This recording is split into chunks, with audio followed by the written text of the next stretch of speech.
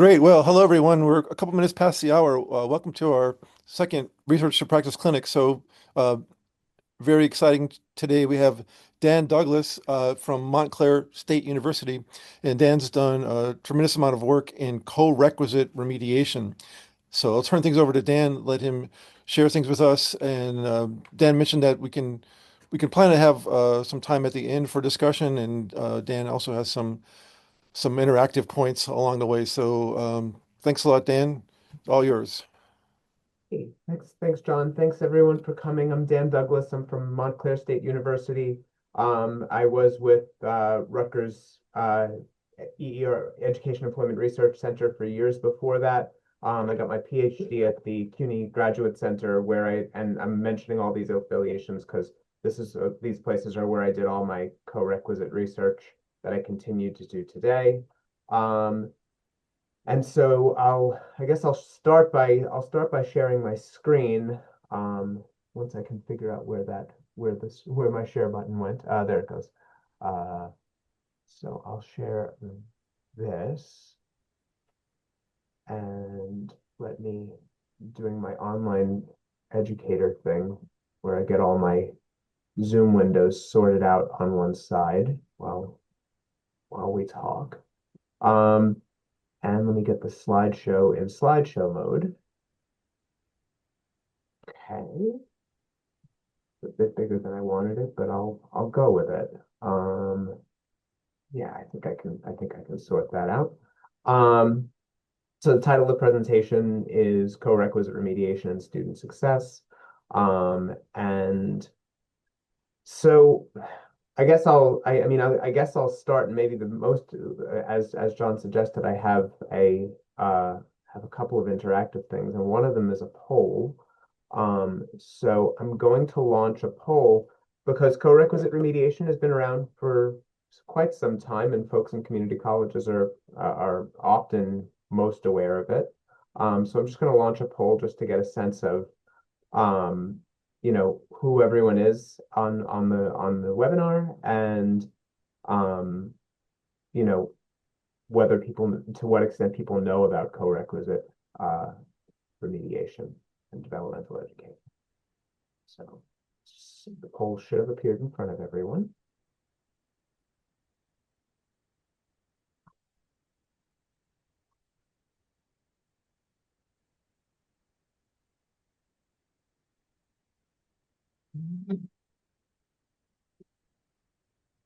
I'll wait for a few responses. Um, so in the spirit of this being a research to practice clinic, most of my time as a co-requisite in the world of co-requisite is as a researcher. I've been conducting experimental and quasi-experimental evaluations of co-requisite as an intervention. And as I said, I came from the City University of New York, so I have a lot of background with community colleges at CUNY. So I started my research career doing work, general student success work, academic momentum work at CUNY and community colleges, which is how I eventually got into work around CoRec. Um, okay, so I think I got 14 out of 15, which feels right. So I've got mostly faculty with a few administrators, lots of people with lots of experience. Wonderful. Um, and okay, so this is a good talk for everyone because there isn't as like a whole lot of pre-existing knowledge that would be good for those who have that as well. So anyway, I will I'll end in terms of opinions. Okay. Yeah, uh seems about right. Most people who know about it and who are in this space have favorable or neutral views about it. So I'll end it. I can share the results if people want to see uh, the 100% results. Um, and I'll leave that for a moment, and I'll move into the slide deck. So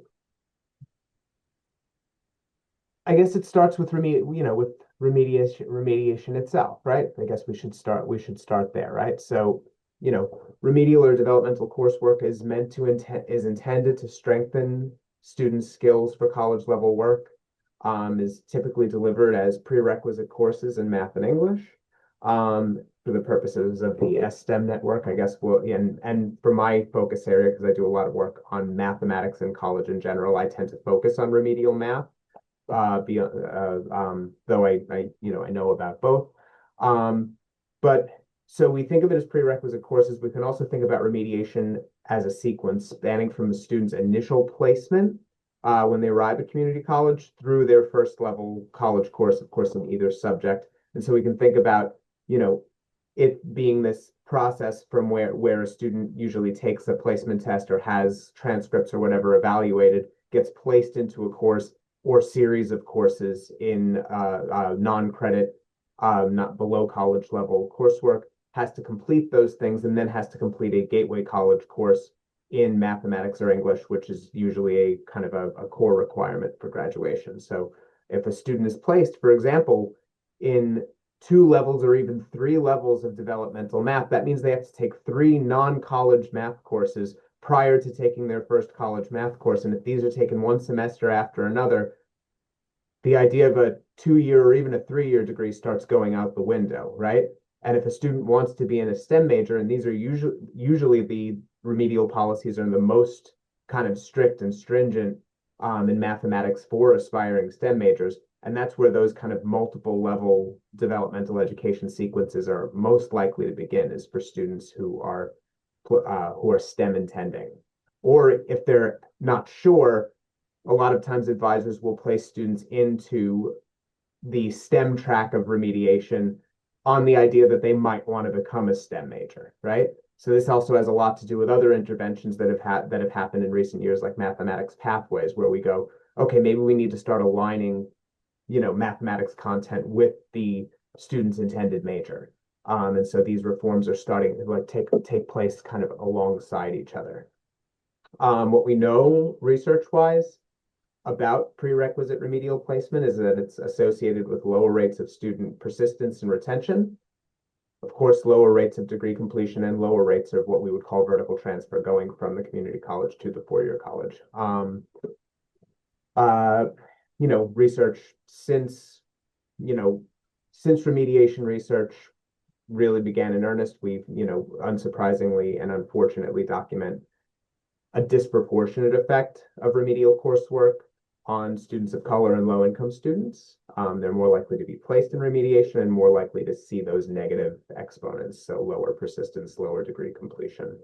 And Noah and Velasquez deemed this phenomenon fairly recently what they call math traps, which is where a student gets stuck in a situation of remediation where they never actually reach the level of mathematics coursework in college that they already completed in high school. So they might have reached Algebra 2 in high school, but then never again reach it in college for into placement. So we get these kind of what they call math traps.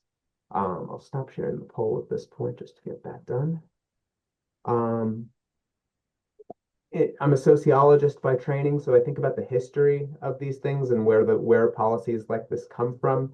Remediation is a policy with a history. I mean, as recently as this year, we were treated to Donald Trump saying to us that he's surprised that Harvard is offering remedial math classes, but remedial math classes are as old as college. Remedial coursework is as old as college itself. So at every level we've had this. Remediation expands as the college going population expands, especially after World War II. We start getting larger and larger cohorts of college bound students, and unsurprisingly, with different levels of preparation, different levels of prior course taking.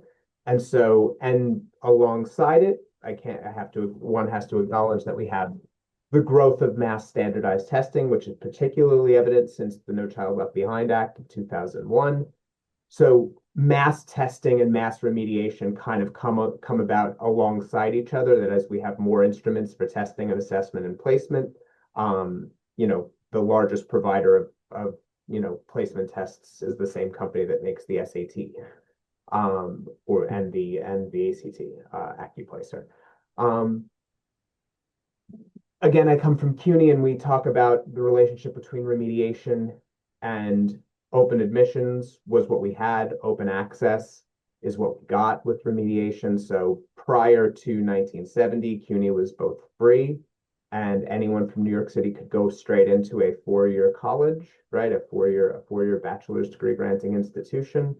Um, then after 1970, they ended open admissions, which coincided with the kind of, larger and larger entering cohorts of non-white students, of Black and Hispanic students, and low-income students into CUNY, and was replaced by open access, which is, what David Lavin called access being preserved but deferred, which is that students were still allowed to start, but were often placed in remediation. That remediation eventually got pushed completely into the community colleges. And, again, as a sociologist, I think about this as a phenomenon of educational tracking. We have de-emphasized tracking in elementary and middle school. We still do it in high school, and now we actually do it more in college, right? Both in terms of what colleges you attend and what kind of programs you're placed into when you start. Um, Remediation is a big, big industry. Um, Higher education institutions spend more than $1 billion a year providing remediation. Um, and so it is that's at a cost to students' time, of course, at a cost to institutional resources. And, when we think about it, in terms of, um, hang on, I'm missing a slide here, but, um, what happens is that in this remedial sequence, one of the biggest phenomenon that happens is that students feel a bit stigmatized. Hi, I'm welcome to college. Let's please have you repeat 10th grade math, for example, or ninth grade math, as it were.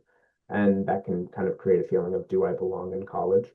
But by creating this multi-course pathway, often multi-course pathway, um, students, it's not that they can't pass the courses. A lot of times the phenomenon is they can pass the courses they're assigned to, but they just don't show up for the next one. Life gets in the way, time gets in the way. So it creates multiple exit points out of college. So that's one of the kind of, aside from the preparation question, is really just, can you survive? Can you kind of persist and be tenacious enough in college through multiple requirements to remain and complete your studies and move into college level coursework? This is where co-requisite remediation comes in. So co-requisite remediation as a model says we ought to, that we can provide students with direct access to credit-bearing college level courses, while in recognition of perhaps, developmental needs, um, we can offer academic support. And this can come in the form of, we'll talk about a few different models. Oh, I see that I'm going to run a slide out of order. So theory of change, how does this work? First, it shortens the path to both your courses in your major and to degree completion.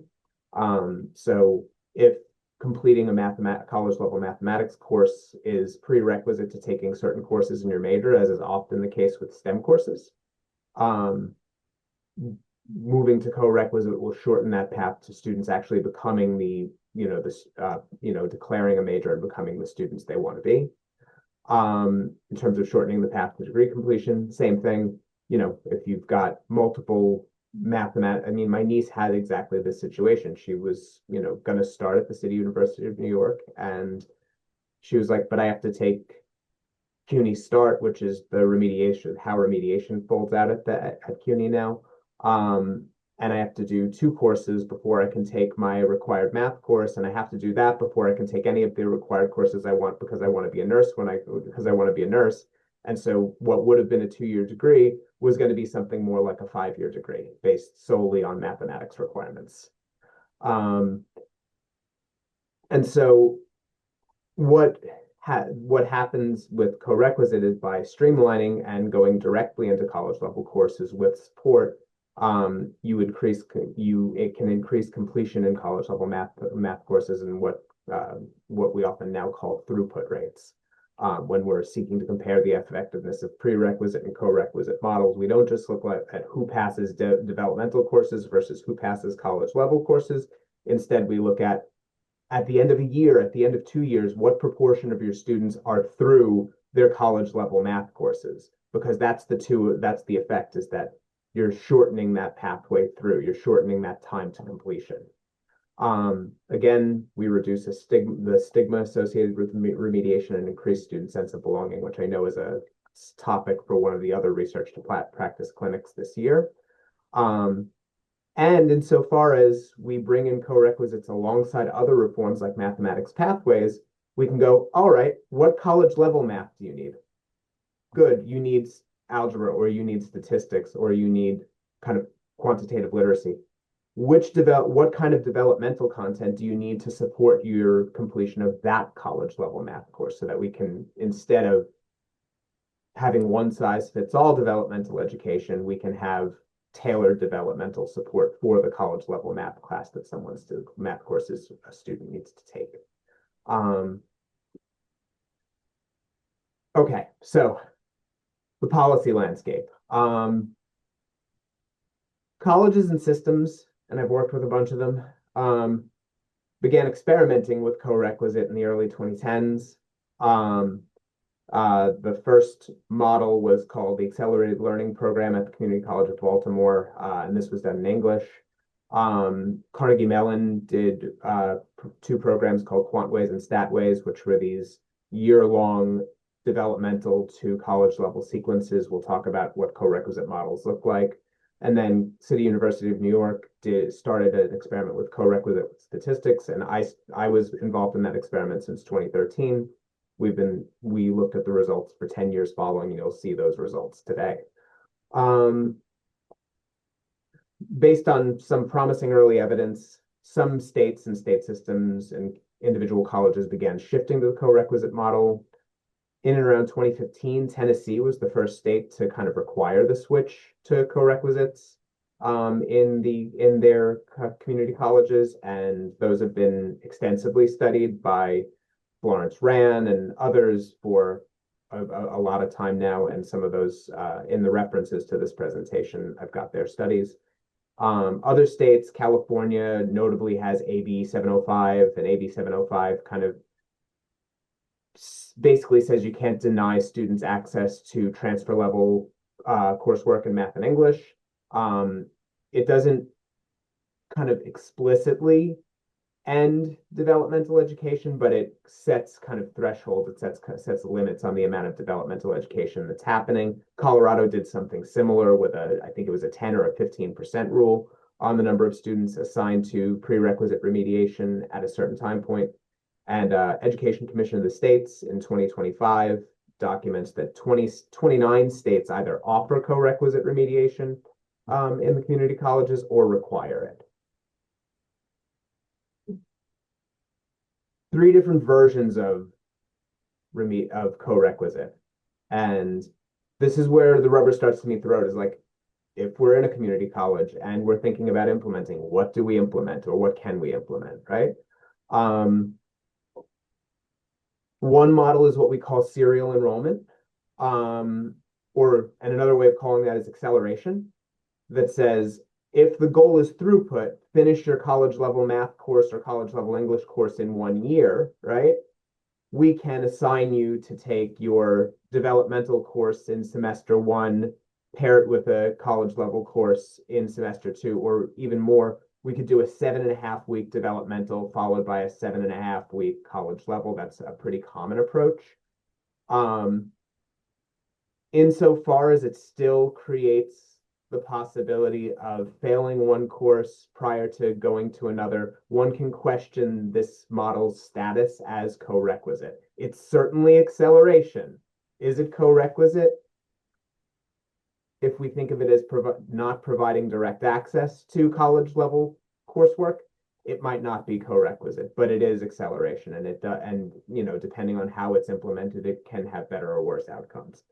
Simultaneous delivery has a student co-enroll in a developmental course and a college level course, both full courses, right? This is co-requisite. It is direct access, depending on what the policy is with respect to passing and failing courses.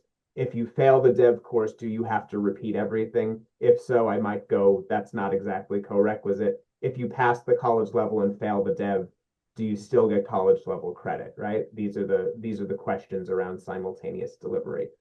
Logistically, maybe the bigger issue with simultaneous delivery is if a student needs to do both of these courses, how does that happen? How do we logistically set up rooming and scheduling and things like this for students to kind of, and it fills their first year or first semester academic schedule and maybe precludes them from taking other courses that they want to take. It can become a headache. And I want everyone, if we're thinking about doing co-rec at our institutions, at the end of the presentation, I have some considerations because I started on the research side, but more and more as I've spent more time with Corequisite and as the reform has gained steam over the years, I've been, you know, aside a lot more people who are working on the implementation side, and I've learned a lot from them, at least in terms of what's to consider. Finally, embedded. This is the most co-requisite of co-requisite models. This says a student enrolls in the college level course, right? And there is some supplemental instruction, something short of a full course that is the supplemental activity. This could be an SI module, like a 1 credit or something like that. This could be required appointments at tutoring centers and academic learning centers. And so supplemental instruction provides the development, and the main course is college level. Now, could you have a cohort where everyone in the course, the college level course, is co-requisite? Yes. Could you do more of a kind of mainstreaming where co-requisite students are sitting alongside students who are not placed in remediation? Yeah, you could do that too. And all of these are kind of design features that folks have to consider based on their college and their enrollment. So if you don't run a lot of college level sections, if you're in a smaller school, you might not be able to do cohort model. Whereas if you're in a bigger institution where you have lots and lots of sections, some of them could be standalone co-requisite sections. There are benefits to that. And then there are benefits to mainstreaming as well. Um, so research that others have done, that I've done, has examined the overall efficacy, what happens when we enroll students in co-requisite mathematics, and has also provided evidence on best practices, like what to do and which features are most important. Um, the pre-read that I shared with everyone is kind of an overall kind of a landscape of what research has been done so far. I just finished the edits for that. It's going to appear in the AMATIC Educator Journal, which is a journal for two-year college mathematics faculty, that reviews 14 of the 14 studies that have been conducted in the last 8 year in that 8 year period on the efficacy of co-requisite mathematics. Um, and it's important to think about like what kinds of, briefly, I'll just say it's important to think about what kinds of evidence we have. Um,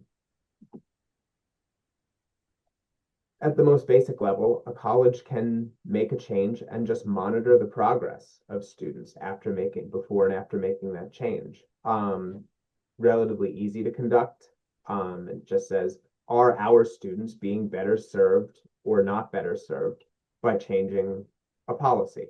And that's what we mean by a monitoring study. The downside is that you don't do kind of statistical control, you don't do causal attribution, you don't know if it's the intervention, changing to co-requisite in this case, causes the change in success rates, or if it's other things that are happening, right? You have lots of possibilities of like confounding effects. Quasi experiments are basically monitoring studies that address confounding effects.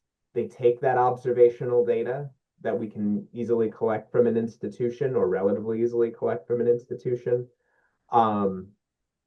and combine information about whether or not students pass courses, whether or not they remain in school, whether or not they complete their degrees, with information about those students.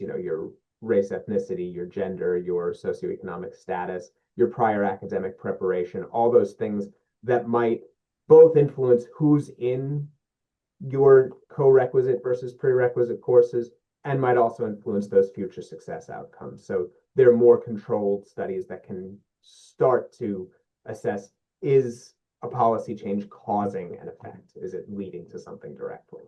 And then there's a randomized controlled trial where you explicitly say, we're going to do co-rec and we're going to randomly assign students to either be in business as usual and go to prerequisite remediation, or we're going to randomly assign them into co-requisite. And this is kind of like the gold standard of evidence that says if we randomly assign and we see that co-rec students are doing better, we know it's the co-requisite intervention that caused it. And we can say co-rec does this good thing, just like if we had a clinical drug trial and people got a treatment and recovered at higher rates, or got a vaccine and were less likely to catch a disease or get sick from something, right? We would know that it's in a clinical trial, because it's a clinical trial, that the intervention caused the outcomes. So we have these three kinds of evidence, and all three of these things have been done when looking at the efficacy of co-requisite at states, in individual institutions, in systems. And what do we see? When I looked at short-term impacts, which is just like, did you succeed in the class, right? Did you succeed in the in your co-rec versus prereq? Did you throughput and complete your college level course? Medium-term impacts, which is like, did you take another mathematics course or did you remain in the institution, or retention effect? And then long-term effects, did you complete or did you transfer, right? So monitoring studies have primarily been focused on throughput, and have not assessed. None of the monitoring studies that I examined showed any medium or long-term, or tracked any medium or long-term outcomes. They haven't.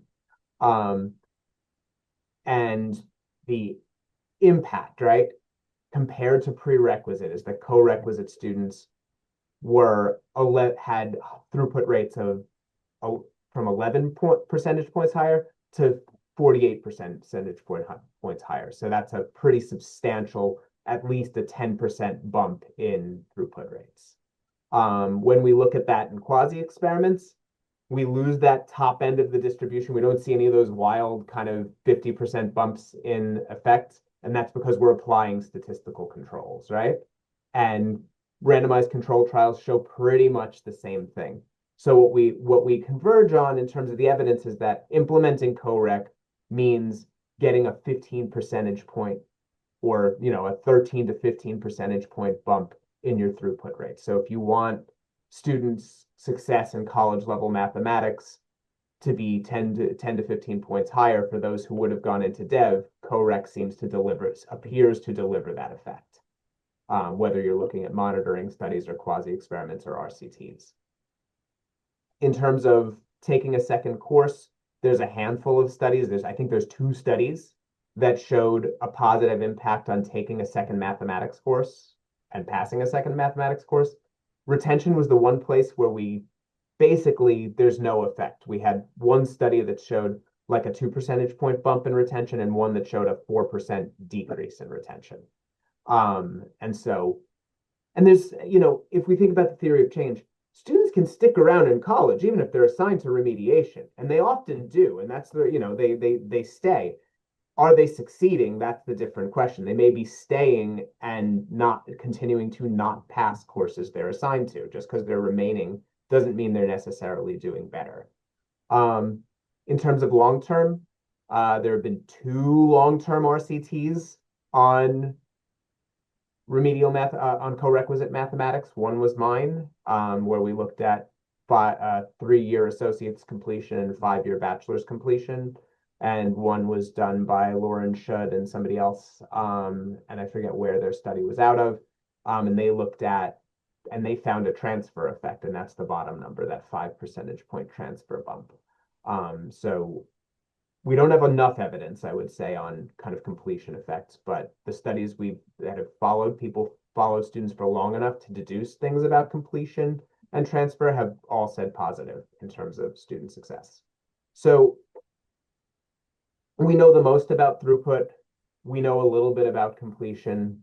But generally speaking, we haven't seen any evidence, systematic evidence, that co-requisites harm students. They only seem at this point to help students, primarily with short-term outcomes, and a little bit with medium-term and long-term. And that's the kind of the state of the evidence. But this doesn't tell us anything useful about individual models and how things are done.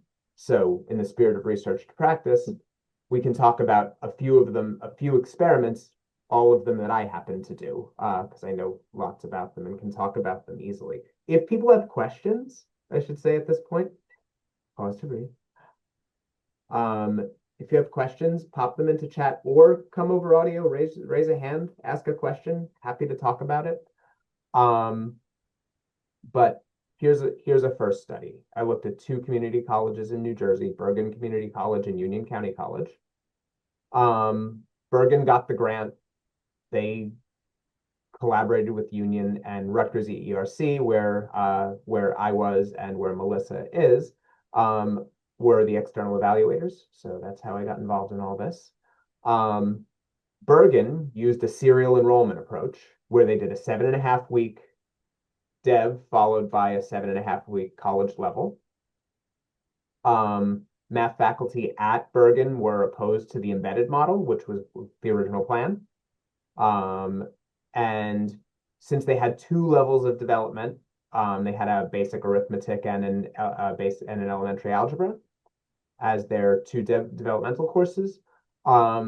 They developed a summer bridge program for those students who were placed into elementary arithmetic. That actually had really strong effects. Students were basically, it identified a misplacement problem, which was that students were being placed into a full semester of developmental arithmetic because they just didn't know fractions or because they just didn't know decimals.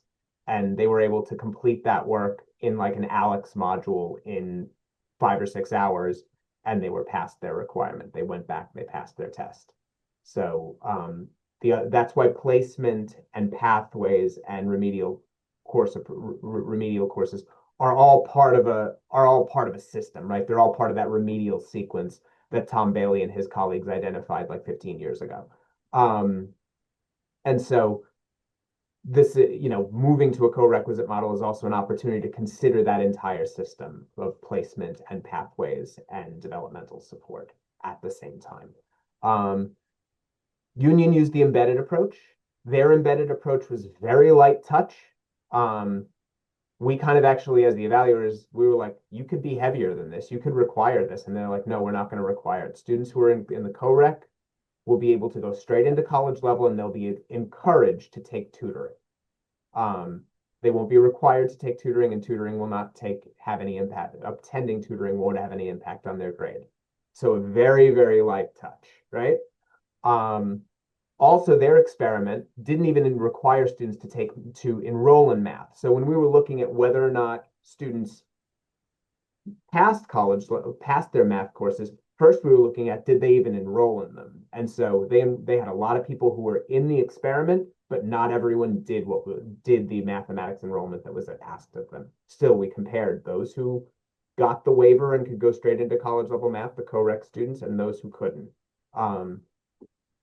This is Bergen's model. This is their serial enrollment. So the top line is the control group who depending on your AccuPlacer scores, right?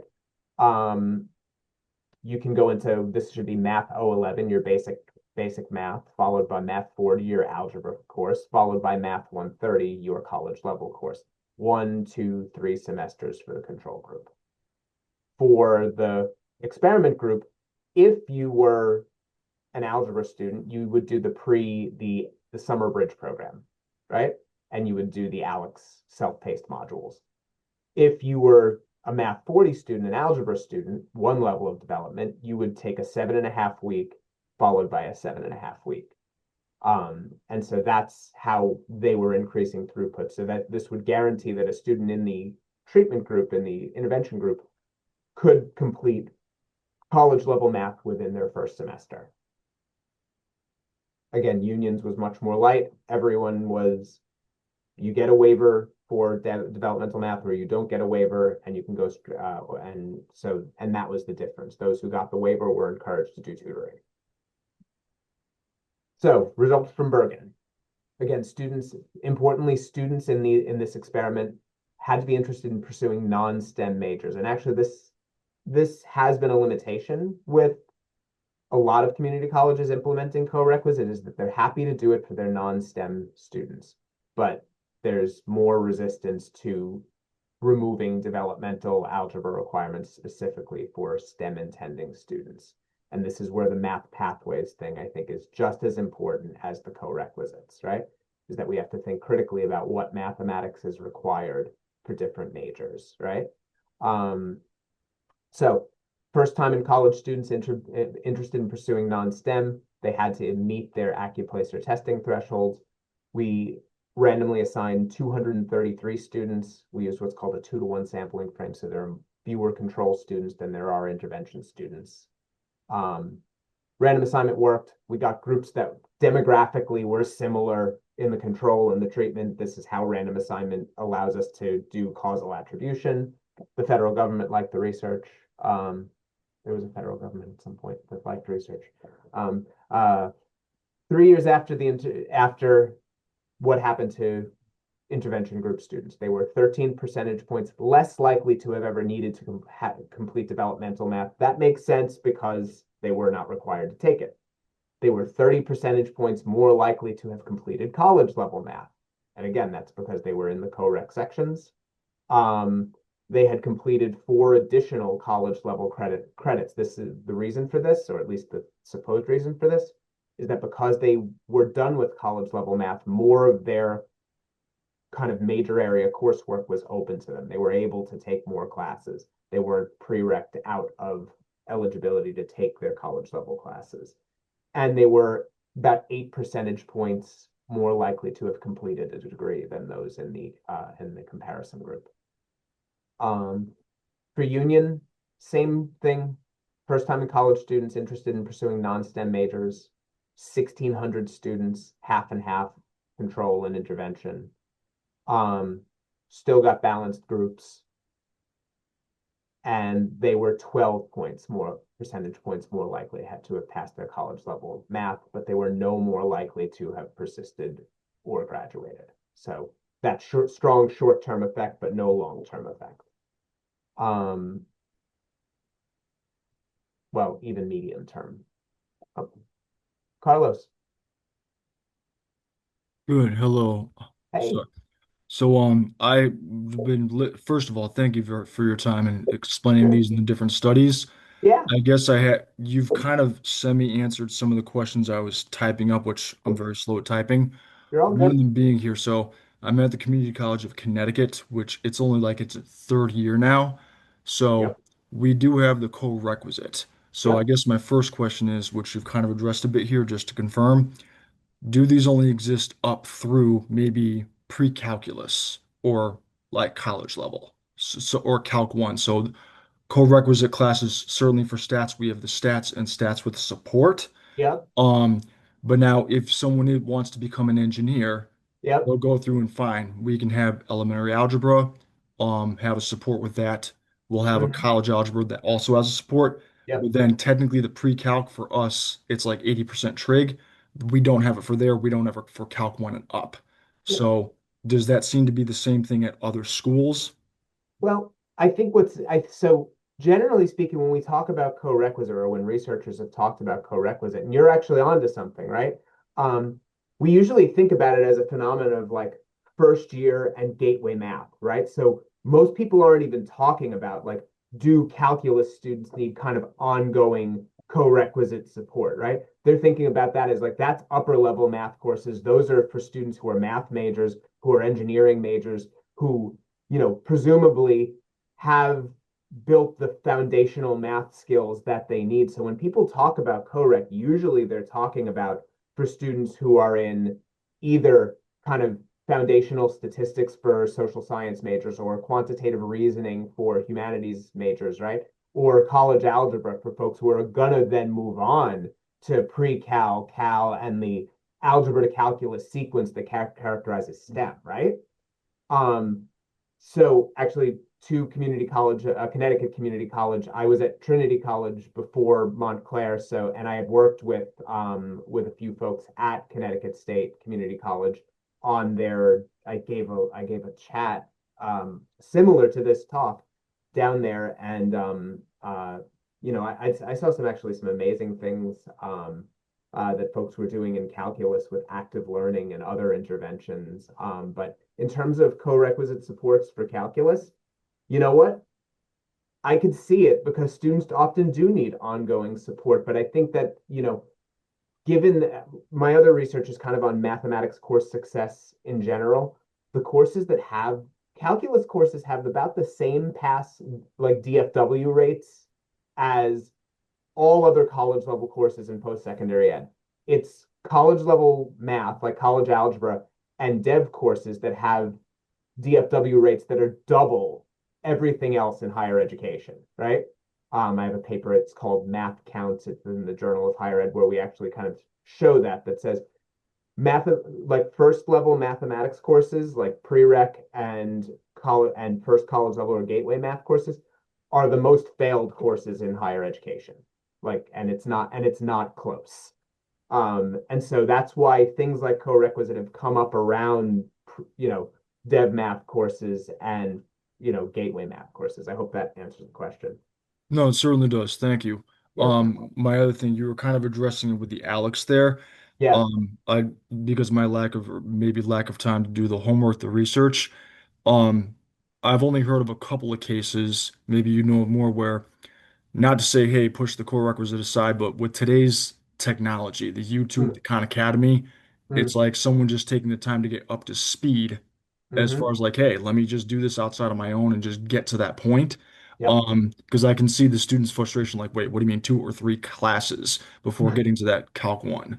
So what I learned in my early kind of academic momentum experiments prior to my getting involved with co-rec stuff, right, was that a lot of students took those placement tests without knowing the consequences, without knowing the stakes. One thing that definitely has happened, and I think testing centers and stuff and places like this, and advising centers have started to pay attention. And something as simple as like a waiting period that says, hey, you want to come and take a placement test? Why don't you, here's a guide about what it covers. Why don't you go back and take a look at this? Make sure you know what's here. Make sure you're aware of the test you're taking. And also, this is what the test means. Go and take 72 hours at least before you come back and take this placement test. Because a lot of kids would come in, they'd sit down, it'd be like they'd be like in between, like their parents are waiting out in the car, or they have to go to work after this or whatever, and they just take a test and they go, oh, it's not part of a grade, I'm not in school yet, and then all of a sudden it's like 3 levels of developmental math. I'm now back 3 semesters in my college career for something that I didn't really understand, right? But to the point of Khan Academy, right, a lot of places have retake policies. It's like, oh, you didn't do well on your placement test, go back, and it's July. Classes don't start until September. Go back, study, and we'll come back and take it again in a month, right? And so fixing kind of a placement system is, again, all these things are an ecosystem. Placement, pathways, developmental support. And we need to kind of think about them all in the same way. And if we wanted to implement one thing like co-requisite, all of those other systems are going to be impacted too, right? And that's kind of the end of the thing. But thanks, Carlos. Yeah, I mean, Thank sure. you. Yeah. Mhm. So the one that the experiment I spent the most time on is the one at the City University of New York. This is the one that I followed for 10 years. This is like most of my academic life was spent thinking about co-requisites and the impact of co-requisite at CUNY. Um, so in fall 2013, my colleagues and I looked at the impact of college level statistics with co-requisite support, which is Carlos, when they did the working pay the policy document for dev reform, they cited this study. So again, as with Bergen, math departments were resistant to placing remedial students directly into college algebra specifically, and they didn't want they and that was very much a STEM connection. Um, 3 community colleges participated, 907 students. three groups. We had the regular business as usual control group that was just remediation. We had remediation with a weekly workshop, and we had that college level statistics with a weekly workshop. This is the embedded approach. So it's the college level course is the course. There are supplemental instruction modules that are tailored to the statistics course, right? And this is so it aligns. We align the DEB content with the college level course you're taking. The experiment itself was instructor balanced. The same instructors taught in all three groups. So if you were an instructor in this experiment, you taught one section of just remediation, one of remediation with workshop, and one of statistics with workshop. We did this so that, that when people were looking at the experiment, they couldn't make the charge that, oh, the instructors were easier in the co-requisite sections, and that's why everyone did better. It was the same instructors in all three classes, right? And so this one, the federal government also liked this one in terms of group design and evidence. Same thing, first time in college, non-STEM fields. We restricted only to those placed into elementary algebra. CUNY had 2 levels of remediation. You had to be in the highest level, the one right prior to the college course. The comparisons here are just between the business as usual control group and the co-requisite group. The third group generally falls in between the 2 lines you're about to see. And also that remedial plus workshop group had very high rates of non-compliance where people were assigned to that group and then they just didn't turn up for either the course or college at all, which was scary. 1 year after the intervention, students in the co-requisite group were 16.5 percentage points more likely to have completed their college level math course. So that's their throughput bonus. This is very much in line with the kind of it's kind of in the middle of the line with the evidence. Similar to Bergen, they completed 4 additional college level credits. And similar to Union, were no more likely to have remained in college. So there's no persistence effect. Students are no more or less persistent as a result of co-rec, but they succeed in their math courses and their math sequences, and they tend to earn additional college level credits because new course doors are open to them because non-credit courses they still take time, right? Not credit bearing courses are still time in your schedule. So once that's out of the way, you have more time to earn credits. We did surveys of students in both groups. We found that co-requisite students had more positive orientations, more growth mindset with respect to mathematics than students placed in prereq, and were more likely to form self-initiated study groups than those students in developmental. Big, wacky, complicated graph, but it tracks 7 years of outcomes. What I'll point out is that the short dashed lines are associate's degrees, the long dashed lines are bachelor's degrees, and the solid lines are money and how much money they're making after college, okay? Or during and after. So fall 16 is fall 16 is like the 3-year degree completion point, and this is where the 16 percentage point, no, it would have been 8 percentage point difference in associate's degree completion emerges. And so students were 8 percentage points more likely to complete their associate's degree within 3 years, but that's a 50% improvement over the control group. So if 16.5% of the control group had completed a bachelor's degree, 25% of the treatment group did. And so co-rec students were 50% more likely to have completed an associate's degree in 3 years.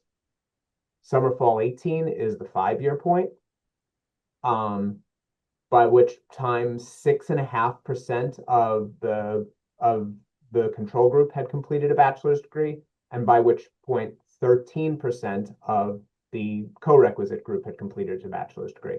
So though it's 6.5 percentage points, it's 100%. It is a doubling of the 5-year bachelor's degree completion rate for co-requisite. And then if we look at calendar year 2019 and calendar year 2020, you see about a $4,000 to $5,000 earnings difference between the co-requisite students and the developmental students. So in one experiment, we show the short-term effect of 16 percentage points on a math class, but we show the medium term of 50% on bachelor's degrees and the long term of doubling or 16.5% on 50% on associate's degrees, but then the long-term impact of doubling bachelor's degree completion rates and students earning $5,000 more in a year for a thing that happened once in their first year of college. Well, this is one study, right? People need to replicate and follow. I can't say that because it is one study, it is the truth, right? But it is the gold standard of evidence that we have an experiment that shows such powerful effects. Statistical significance as a detective, not a judge. We should continue to look. What I'm kind of happy with is that Lauren Shudd and her colleagues have found similar effects on associate's degree completion, which kind of line up with our findings. They didn't study wages. I hope they do. Importantly, right? This is the kind of like, don't get too crazy. If we look at these lines, all the good that, if we look at the co-rec group, right? 20.2% had earned a bachelor's degree, 9.5% had earned an associate's and were still enrolled. So we had all these good outcomes, these degree earning outcomes, and then this group that was still enrolled. 49.5% of our co-rec group was no degree, not enrolled. 52% of our control group was no degree, not enrolled. Why do I show this slide? Because co-requisite reform is not a silver bullet. It doesn't fix everything. There are plenty of other reasons why community college students do not finish their studies. What we learn here is that co-requisites got those students who got many students to their goal, and importantly, got them there faster, right? It shortened time to degree. It did not fix all problems. It is not one thing that will solve everything, right? But on its own, it's a fairly powerful intervention. And John, I'm way over time, aren't I? Keep going, keep going. We got 5 minutes. I'm going to go straight to the end. Okay. I'll leave my slides, but all I want to talk about is implementing. If you want to think about doing this, right? It's not just a matter of, co-rec is good, let's do co-rec, and then it happens, right? Placement procedures need to be established to reflect a new kind of developmental landscape at an institution. How advisors advise will change. How classes are roomed and scheduled, right? To provide space for longer courses or supplemental instruction. How is co-requisite registry? Does it happen at the registrar's office? How is it notated? Faculty will need professional development to deliver now co-requisite instruction, delivering college level courses to students who would have been developmental students in other circumstances. Institutional research will need to be prepared to collect data and monitor progress.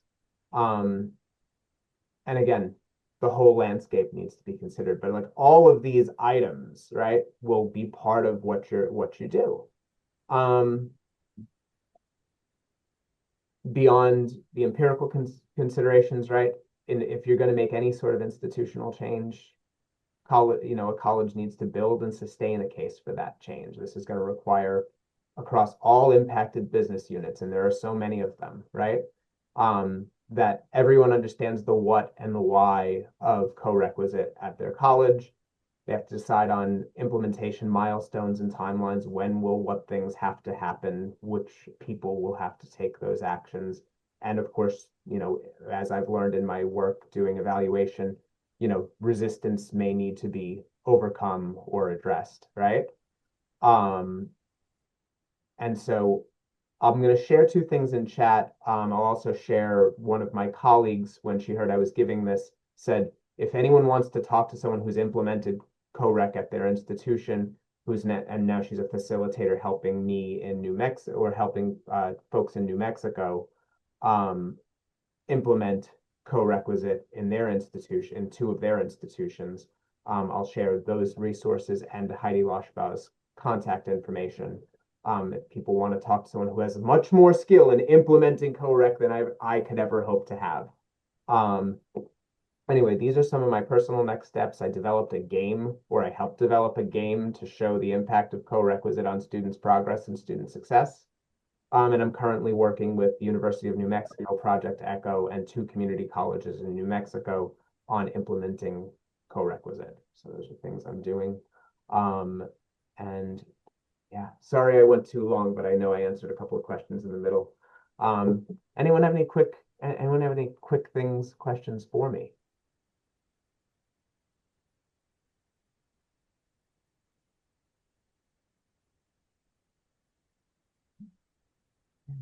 Two resources.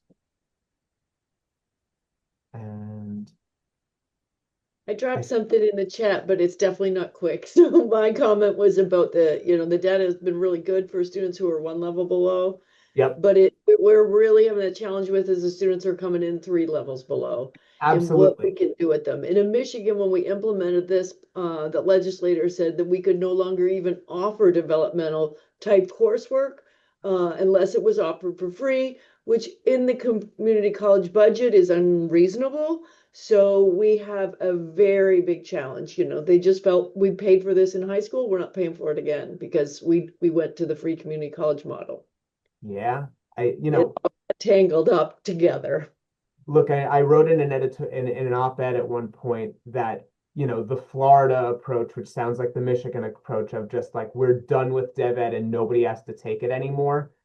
I I'm I'm just as opposed to that as I am to three levels of, having three levels of dev for everybody, because neither of those is the solution. And institutions know their students, right? And know the difficulties, also know the college level expectations they're going to be put under. This is something that needs to be done carefully, in a coordinated way, and has to be done in a responsive way. Yes, Melissa, I will send you the slides. And then Thanks for recognizing that, Dan. yeah, of course. No, I mean, like, I'm a researcher. And like I said, I don't think CoRec is, it's not the silver bullet. I learned that, right? But it's also, it's gonna look different in different places, and it has to, right? What, but the thing that I'm just as opposed to is for people to say never co-rec, right? Like that's also not that's not a tenable position. I'm just looking at Nagam's question about what about high school students and their prerequisites for passing and their role. Yeah, I mean, that is that's certainly a thing, because like what are we dealing with, right? Is, what are students coming to college with? And again, this goes back to the kind of the entire pond that co-requisites and developmental education sits in, which is like testing, assessment, and placement, right? On the one hand, these students have taken algebra. They've passed algebra in high school. And of course, we should, be careful. We should know what the standards are in high school algebra courses. But we should do authentic placement, right?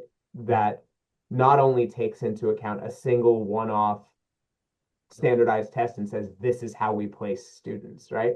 We should be looking at transcripts, and a couple of colleges that I've worked with are even implementing kind of placement questionnaires where, and I even asked one of these in my own statistics class. I go, you know, do you think you could solve this problem? And I put like I put a polynomial equation and I go, could you solve this on your own, or would you need help, or could you not even solve this with help? And just get them to self-assess in terms of things like that, right? And that we should be trying to diagnose in a more multifaceted way how like students' readiness for college level coursework. And co-requisites, I think, to Janice's point, are almost certainly a less expensive alternative. Um, and I think maybe somewhat of a middle ground between multiple levels of dev ed for everybody and no dev ed at all, right? Which is the cheapest way to do it, but it certainly isn't the best way if students are not yet there. Um, any other questions, thoughts?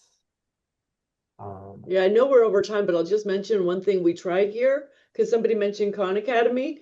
We Yeah, actually put students in a free uh, spot, kind of we use Moodle shell. We actually paid somebody to monitor them, contact them 2 or 3 times a week, work through some Khan Academy modules. yep. Nobody did anything. They just didn't want to do it unless they were going to get some recognition or credit for them. The And they way had somebody calling, reminding them, hey, you'll get to go into this next class. And, that it's the student who needs it the most, who is the least motivated. We need to be with them and help them a little bit more. So the way that that's we not used it, comparable. the way we did the Emporium thing at Bergen when we did the experiment was there was a math instructor in the room for the Alex class, and they were just basically the monitor of the lab, and they were there just to float around the room and give students support as they were completing their Alex modules. And so students would check in. Now, of course, students could do the Alex stuff at home if they wanted Yep. to. They were going to be responsible to take a test because it was a course that they had to pass, right? They had to meet a threshold. And so they knew they needed to do it to continue on, right? But if students wanted to, and many did, come in and have instructor support if they needed it, there was a lab for that, and that's how they made that work. That's how they made Yeah. the Alex Emporium model more successful in that way. Well, it might be worth trying again. We did it like right after COVID, things have changed since then. So Yeah, yeah, absolutely. Anyway, if there are no other questions, thanks everyone so much for coming by and listening. And I will share the slides with Melissa so they'll be up, including references and stuff like that, so everyone can take a look. And as I said, and let me put my colleague's email in case folks want to have that kind of co-rec conversation. Um, yeah, there it is. Um,